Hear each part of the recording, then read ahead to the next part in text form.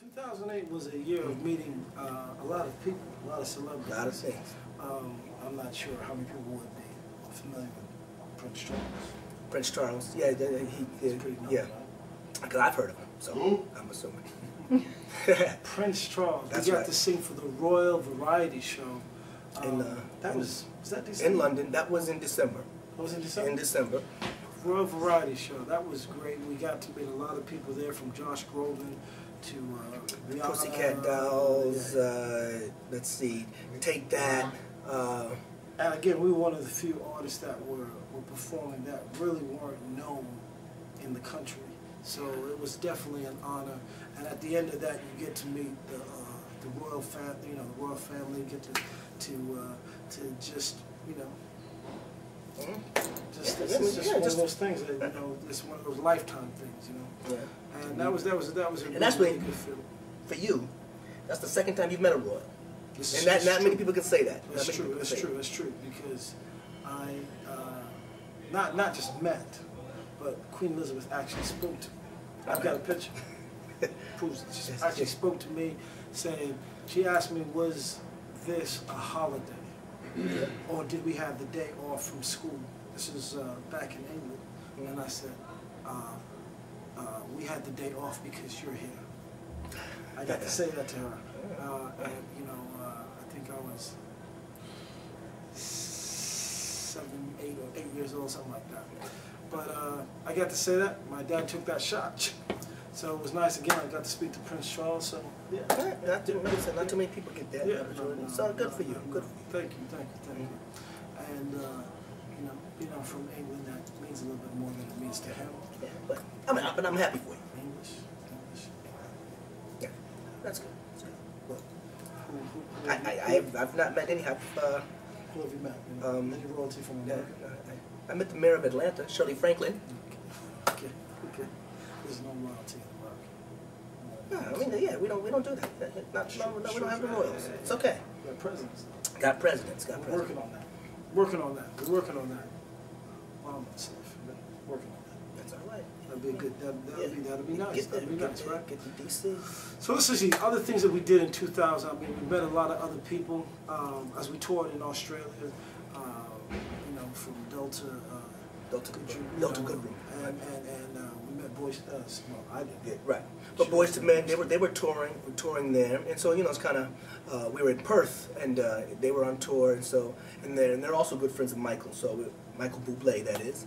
And so when we were on tour there, after a show, we had a chance to kind of hang out at the hotel, and Boys to Men stopped in, and that was good too, because oftentimes people, you know, have compared us. You say, oh, you know, like Boys to Men, acapella like Boys to Men. So it was pretty good to meet those guys, really good guys, really good gentlemen, and to find out that they actually, you know, respect our work, respect what we do, and what we bring to the table. So, you know, we had a good time and be able to hang out with those guys. I mean, let's not forget Montel Williams, B.B. King, Michael McDonald.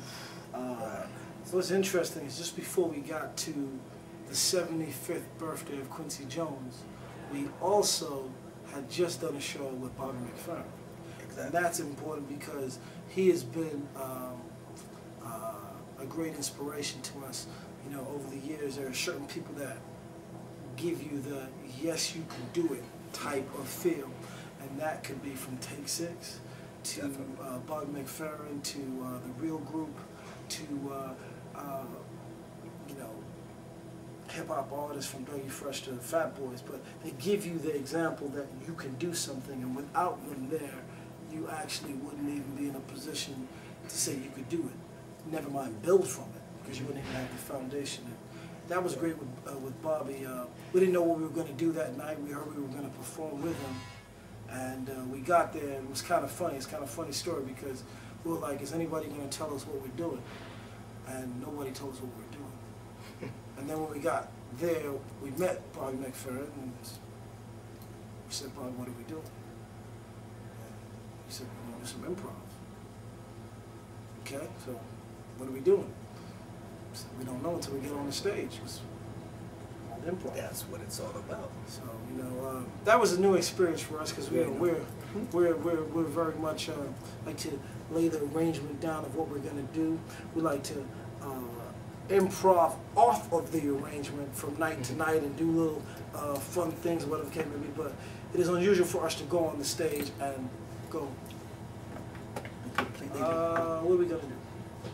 And so he jumped into something, we jumped into something, and I believe that that's on YouTube, so you can check that out.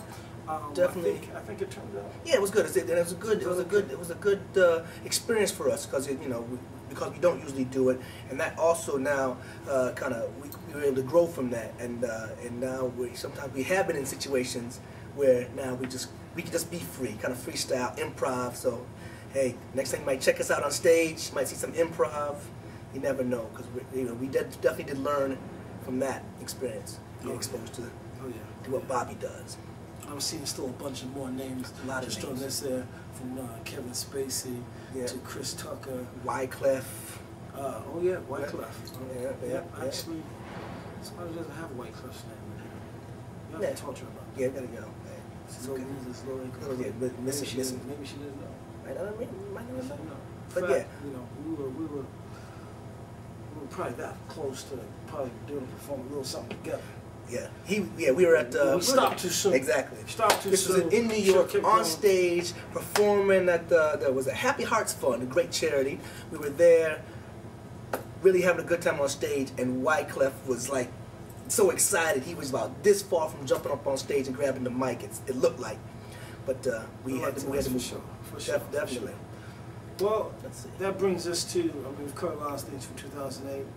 It is now May, so there's been 4 months of this year already. 4 months.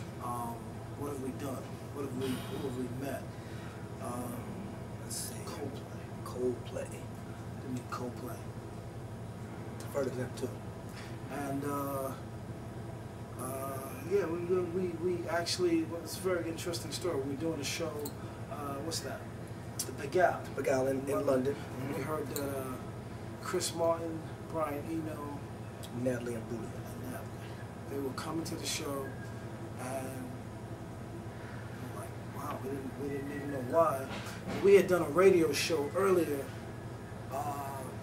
that week, and it was like a late night show, and Chris had heard it, and he was like, coming to the show. So we got to speak to them after the show. We went to Coldplay's studio the next day, and we got a chance to sing and have some fun, and we hope some really nice things come out of that. Since then, we've gotten together again. Went to their show while we were in Asia. Went to their show. Saw them a couple times because we were Singapore and Hong Kong. Yeah, back in Southeast Asia, which was another big thing for us because one of our first trips outside of the country. It might have been our first trip outside of the country as Naturally7, as a professional group, was to Singapore. And so to be able to go back again after I don't know how many years had passed, but we were able to get back again to Singapore, where it is so hot, so humid, but the people are really warm, and on the inside it felt good to get back. We were able to see some old friends that said that we saw you when you were first here, so it was good to be back. And there in Singapore, coincidentally, Coldplay was also on tour, and so that's when we saw them. They said we should come out to the show. We hung out with them, went to the show, met them afterwards. And then from there, we went to Malaysia, and then from Malaysia, I think back to Hong Kong, where they were performing again. So and we were performing that night too, late that night. In Hong Kong. We were just honored that they came to our show after they're doing their show. Their show went late, and they came to our show right after that. And after the show, we all sat down, had a good time, and we hope again. I guess our highest hope is that some good music comes out of that. That's the key. That's the key. It's all about good music.